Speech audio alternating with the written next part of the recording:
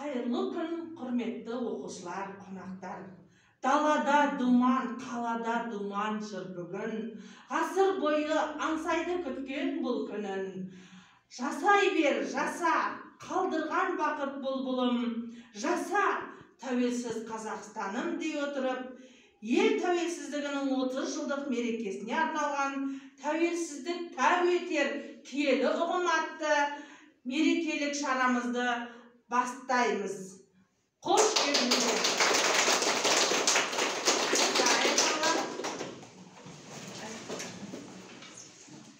Мен қазақтың мүңілі, мың түрілген, құшақ жая таныстым сан тіліммен. Жаман үйді қонағы белейді деп, қала жазып айырылып өз тіліммен. Өзге тілге еліктеп, ел болмалық, қазағымнан артық жоқ өз тілінен. 1986 жылы 16 желтоқсанда бүкіл қазақ жастары тоталитарлы режимге ашық қарсылық көрсетті.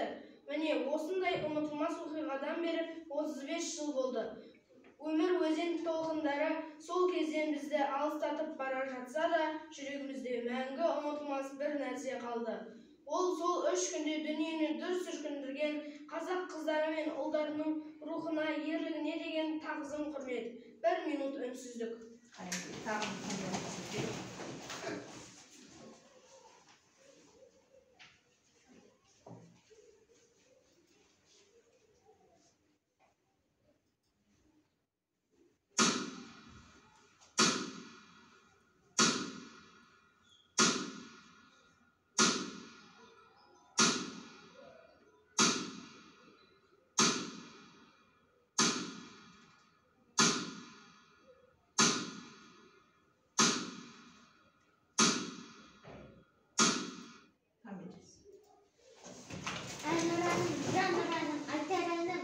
Айтараны сөйлер сөзім, туған жерім сағынарым, мәңгі бақи шырқалады республика әнұраны.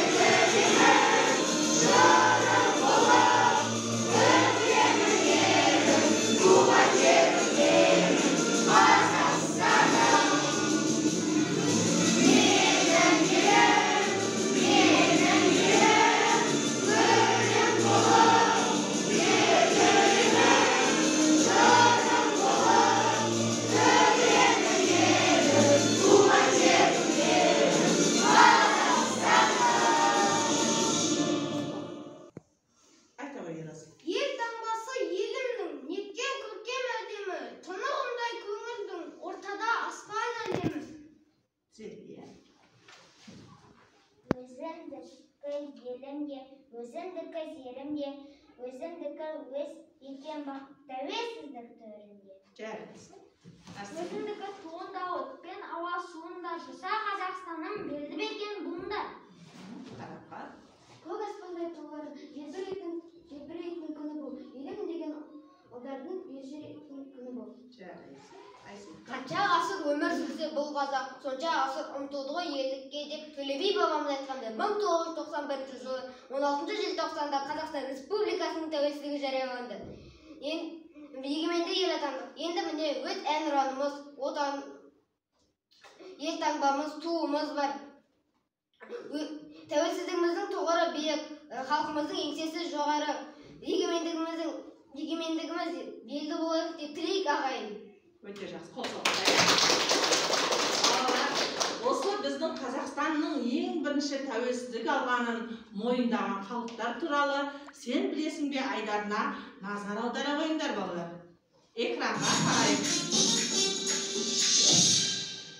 Сендер Қазақстан тәуелсіздігін ең бірінші болып таныған мемлекетті білесіңдер ме?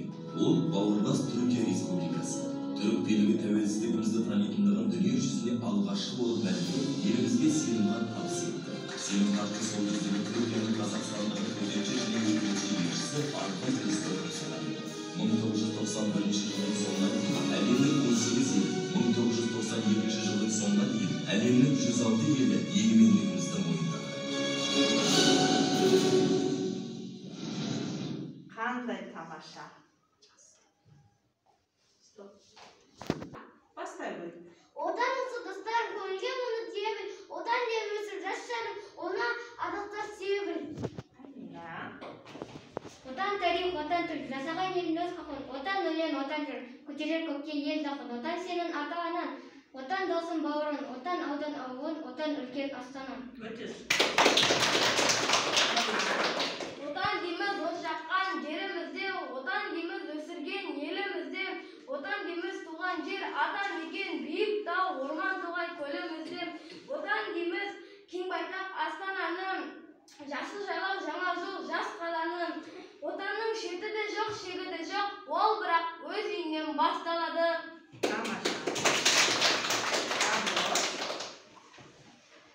Туған елдің азаттығы мен тәуелсіздігі жолында Қайрат Рысқұлбеков, Ләззат Асанова, Сыпатай сияқты көптеген қазақ жастары желтоқсан оқиғасы кезінде қайсарлықпен ерлік көрсетіп құрбан болды.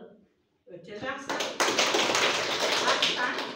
Мен қазақпын, мың өліп мың тірілген жүргегімде таныстым мың тіліме, жылағанда жүрегім күн тұтылып, қуанғанда күлкім менің түн түрілген. Мен қазақпын, биікпін, байтақ еліммін. Қайта туылдым өмірге, қайта келдім. Мен мұнда бір түрілдім. Айта бергім келеді, айта бергім. Жарайды. Егемен болмай ел болмас, тек жаны кем болмас, терезесі тең болмас, енді қазақ кем болмас.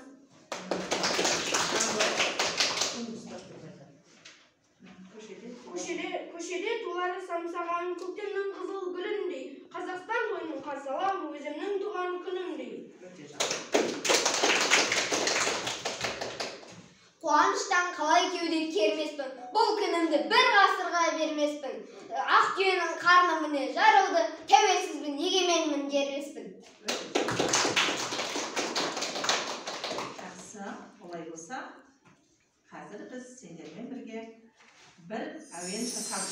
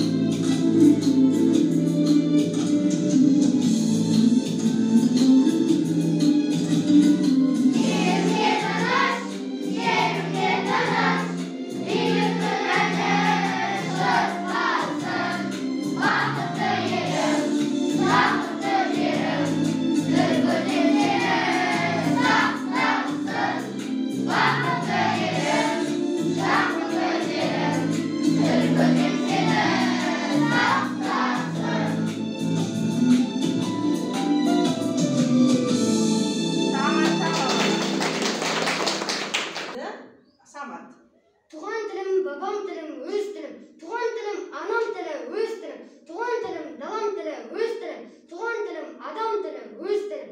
Tuğan tilim, sıra tereң жаным бар. Tuğan tilde әнім менен сәнім бар. Tuğan tilim, til болудан қалса егер, жүрегімді суырып алыңдар.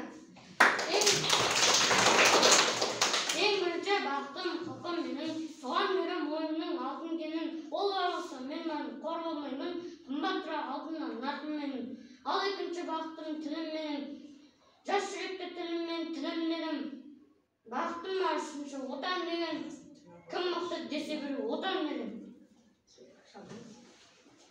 Біздің елбасы былай деген, бізге азаттық, азаппен, арпалыспен келген тәуелсіздік тәуекелге түскен. Сондықтан да бұл бақытымыз баянды болады, ұзағынан сүйіндіреді деп сенеміз. Өте жақсы балалар. Қазір біз тәуелсіз мемлекетпіз, Қазіргі мемлекетіміздің басшысы кім? Қасым-Жомарт Тоқаев. Біздің елдігімізді, жерлігімізді білдіретін ол біздің неміз?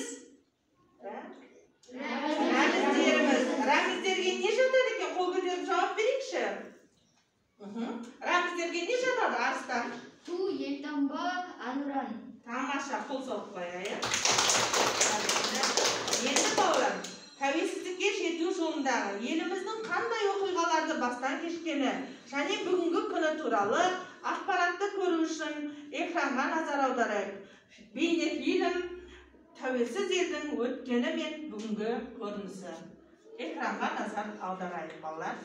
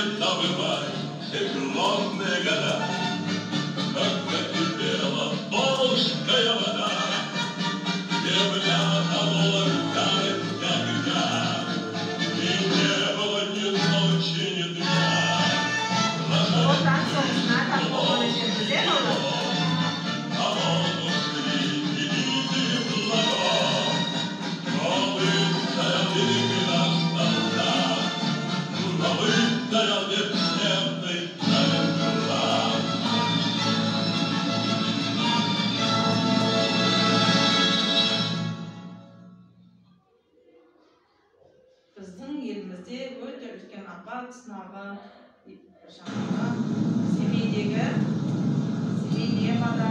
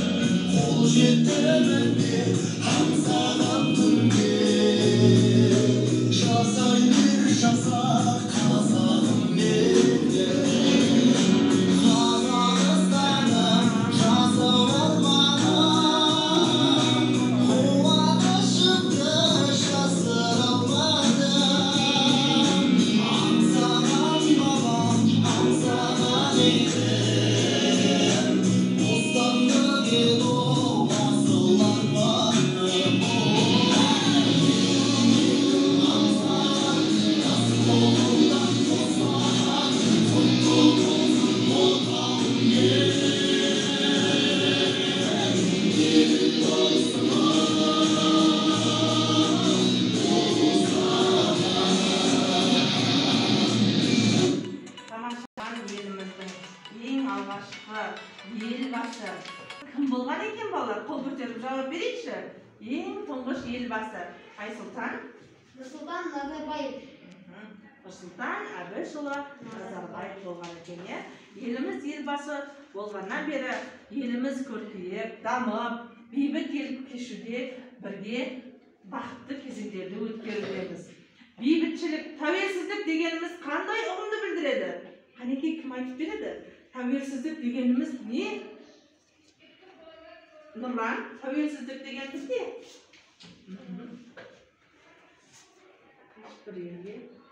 Ешбір елге бағынбай, өзіміздің Қазақстанымыздың әнұраны, елтаңбасы бар еліміз. Еліміз, иә, еркіндікті білдіреді екен, елдікті білдіреді екен. Жақсы балалар. Жақсы. Енді балалар, осы көрген экрандарына назар аудара отырып, біздің тәуелсіздік жолында мен сендерге қандай жылдарда, қандай жетістіктерге жеттік екен, ізденіп келіңдер деп тапсырма бергенмін, солай ма? Қазір мен сендерге мінекей мынадай мозаика әдісі арқылы сендерге әрбір топқа тапсырма беремін балалар. Бірінші, мозаика әдісі арқылы рет санын пайдалана отырып, артындағы рет санын пайдалана отырып, балалар, бірі сендер Алматы тобы Қазақстан Республикасының гербін, елтаңбасын құрастырасыңдар. Жақсы ма балалар? Келіңдер, бір топқа жинала қойыңдар. Екінші, Нұрсұлтан тобы. Нұрсұлтан біздің қазіргі астанамыз, солай ма? Нұрсұлтан қаласындағы бәйтеректің бейнесін мозаика әдісі арқылы бірлесе отырып жеткізесіңдер балалар. Ал енді біздің Түркістан тобы, біздің тарихымыз, рухани байлығымыз, алтын адам ескерткішін мозаика әдісі жылдарды өсу ретімен санамалай отырып құрастырамыз. Жарай ма балалар? Ал қанекей жұмыс жасайық.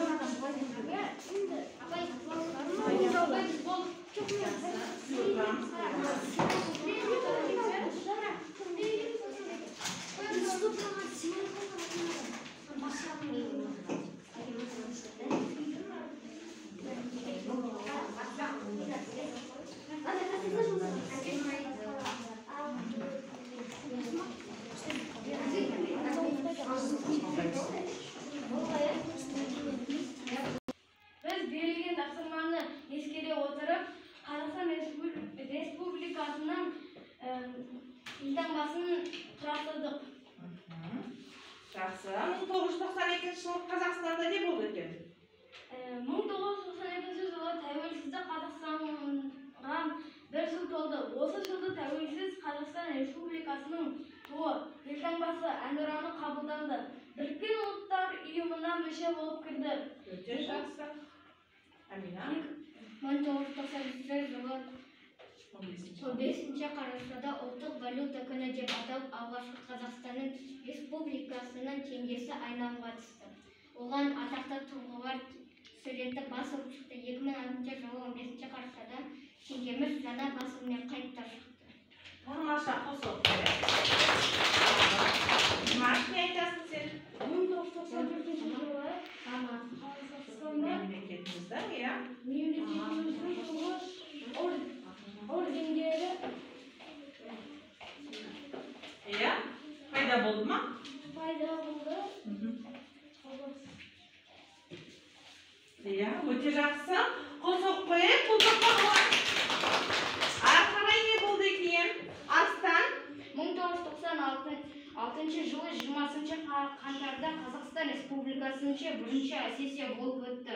1997 жылы қуғын сүргін құрбандары еске алу жылы деп аталды. Тамаша. Өте жақсы. Бұл топқа қандай баға береміз? От шашымен баға берейік. Өте жақсы отырамыз. Екінші топ дайындалайық. Нұрсұлтан тобы. Қанекей жұмыстарды. Біз бұл тапсырмада бәйтеректі құрастырдық. Иә, 1998 жылы не болды екен? 1998 жылы 6 мамырда Астанадан Қазақстан Республикасының астанасы бұрынғы Ақмола қаласына көшті.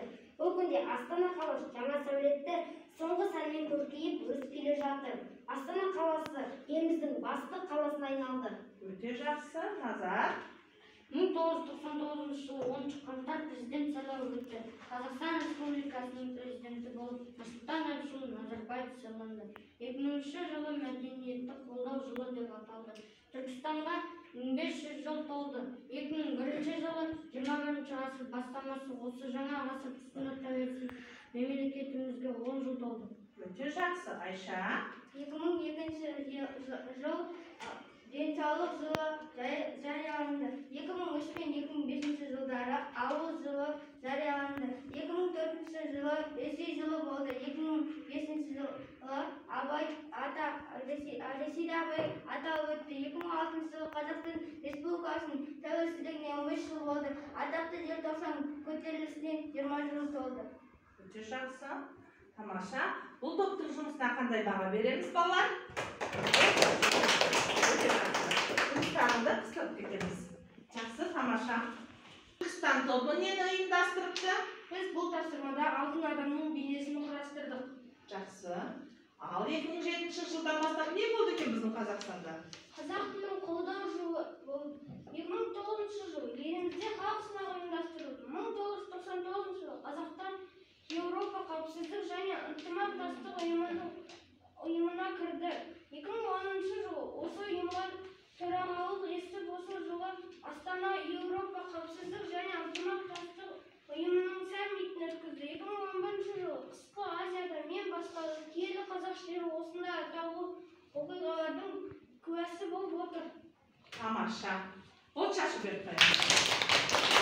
Өте жақсы жұмыстарымызды қоямыз. Аға, жақсы. Отыра қойыңдар. Балалар, тағы да біздің елімізде үлкен салтанатты іс-шаралар, тосын мерекелік оқиғалар болып жатты, иә? Біз кімнің есінде 2017 жылы біздің елімізде не болды? 2017 жылы Қазақстанда Экспо 2017 көрмесі ұйымдастырылды. Аталған көрме 10 маусым мен 10 қыркүйек аралығында Астанада өтті. Оны тамашалауға әлемнің түкпір-түкпірінен 3 миллион адам келді. Ал көрмені өткізуге 15 мемлекет пен 22 халықаралық ұйым қатысты. Бірлігі жарасқан еліміз тек биіктен көріне берсін. Алға Қазақстан, жаса Қазақстан. Өте жақсы. Тағы да біздің кезектен тыс бір сайлау өтті. Ол қай жыл өткен екен? Айсұлтан мен айтам дейді. 2019 жыл Қазақстан үшін тосын оқиғаларға толы болды. 19 наурызда Қазақстанның тұңғыш президенті Нұрсұлтан Назарбаев өкілеттігін тоқтатты. 9 маусымда кезектен тыс сайлау өтіп, 70% астам дауыс жинаған Қасым-Жомарт Тоқаев ел президенті болып сайланды. Өте жақсы. Дұрыс айтасыңдар. От шашып беріп қоямыз. Ал енді Жандос, Самғар тауы шалқар жазық маңдалалы, Атырау Алтай арқа таңданады. 80 көл Көкшетаудың бауырында сылаңдап сәнге берер кең даланы. Ауылың өткен жылдар белестері, бүгінде жерім жомарт ең еңселі. Тәу еді тәуелсіздік ақ таңына, тілеймін биік шыңды белестерді. Өте жақсы. Сендер бүгін керемет жауап берудесіңдер. Ал енді сендерге сергіту сәтін ұсынғалы отырмын. Бұл сергіту сәті де сендердің патриоттық сезімдеріңді, елімізге, жерімізге деген сүйіспеншіліктеріңді, ыстық ықыластарыңды білдіреді деп сенемін. Мұқият экранға назар аударайық.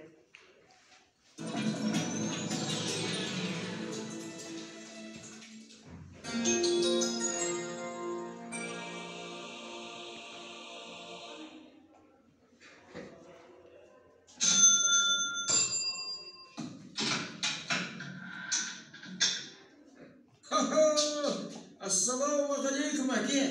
Уағалейкумассалам. Амансыңдар ма, қарақтарым? Сәлем бердік, ата. Рахмет, көп жаса айналайын. Мағжанды ақыры алып келіпсіз ғой. Мағжан, хал қалай? Жақсы. Ата, шай ішіңіздер.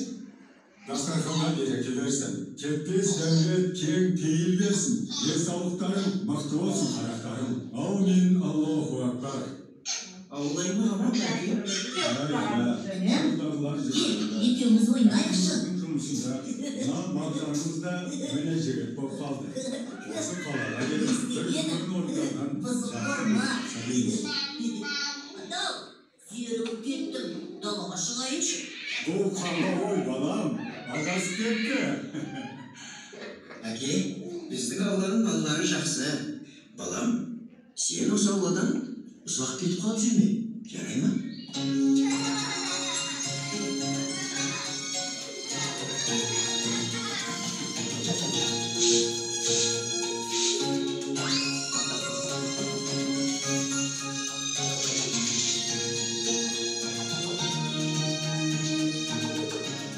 Неге ойнайыншы?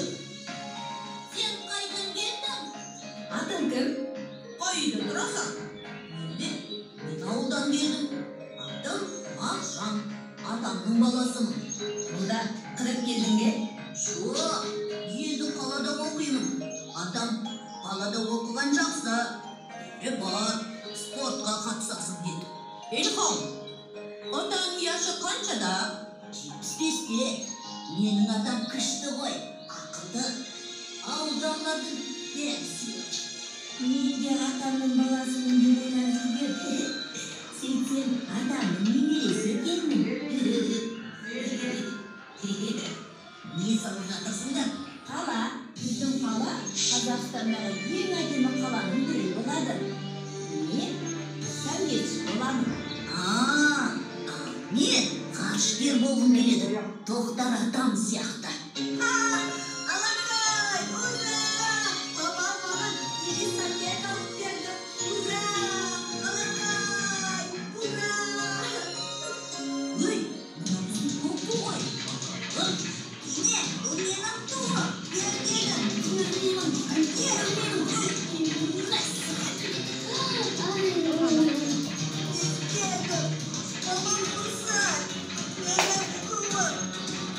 Мағжан, мұның дұрыс болмады.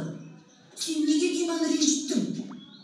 Қойшы ол, біздің туымызды белсебетіне тағып алып, ойыншық қылып жүр ғой өзі. Сен неге өйтіп айтасың? Бұл бәріміздің туымыз.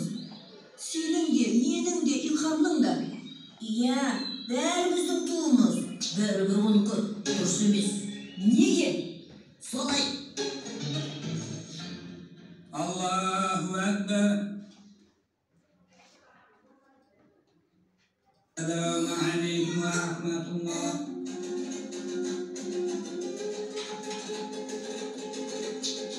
Ата, қараңыз. Менде еліміздің туы бар. Айналайын құлыным, сен оны қайдан алдың? Бір орыс баладан тартып алдым. Не дейді? Белсебетіне тағып алыпты. Біздің туымызды қор қылып. Бұл ісің дұрыс болмапты. Ят болды ғой құлыным. Неге? Ол орыс емес пе? Әлгі орыс бала да Қазақстан азаматы балам. Туымызды қадірлей білген екен. Осындай өзге ұлт өкілдеріне біз тек ризалығымызды білдіруіміз керек. Не үшін? Ата! Уақытты жақындап қалды. Теледидарды қосайық. Қазір финалда біздің иямыз шығар. Құдай қаласа ол екінші мәрте Олимпиада жеңімпазы болайын деп жатыр.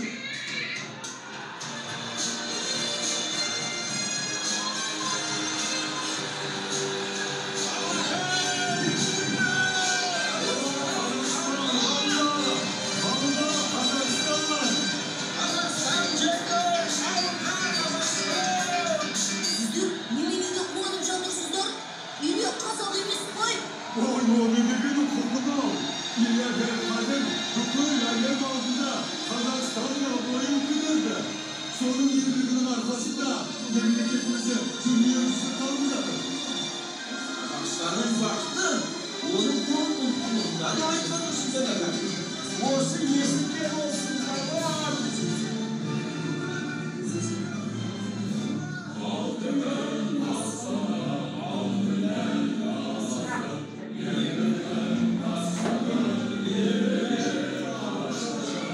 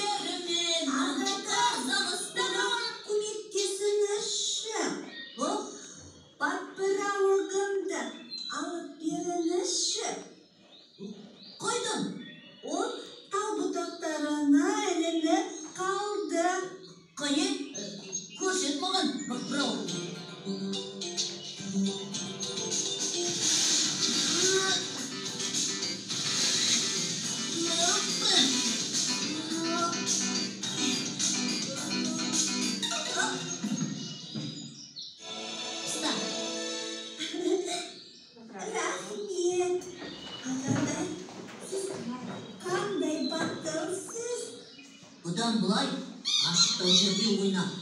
Сен не істеп жүрсің? Қане, үйге жүр. Жолама бізге. Мен сенімен ойнамайын. Дима, мен сені ренжіткенім үшін кешірім сұрағалы келдім. Дос болайықшы. Айттым ғой саған, ойнамаймын сенімен. Қойшы енді, кешірші мені. Қаласаң, мен саған асық ойнауды үйретейін. Асық дейсің бе? Мұны қайдан аламын? Ризапетіммен серуендеп қайтсам болады. Қарындасыңды отырғызсам бола ма? Әрине.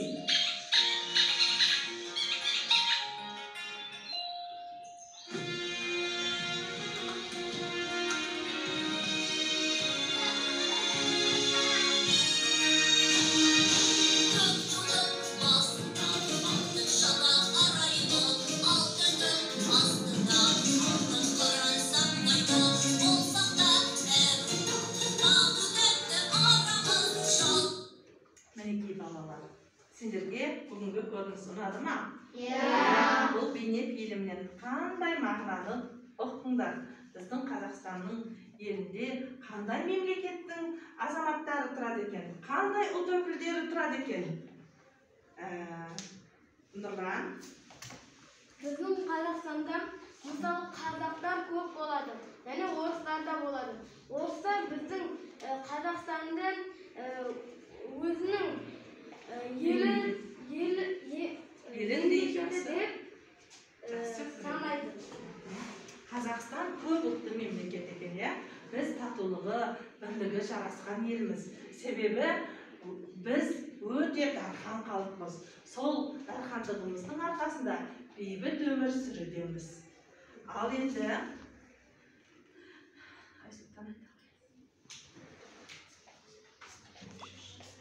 сен, Арсен, балалар бүгінгі сабақта не түйдіңдер? Жандос? Мен өз елімді қорғаймын. Өте жақсы.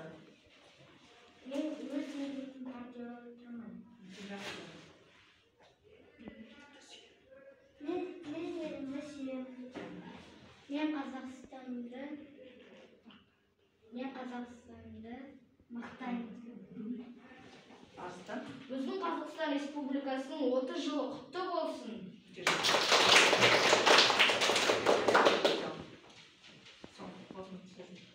Ел тәуелсіздігінің 30 жылдық мерекесіне арналған тәуелсіздік тау етер келі ұғым атты тәрбиелік шарам аяқталды. Рахмет. Қолымызды алайық. Еліміздің еңсесі биік, керегесі кең болсын деп Қазақстан Республикасының көк туын бірге шырқайық балалар.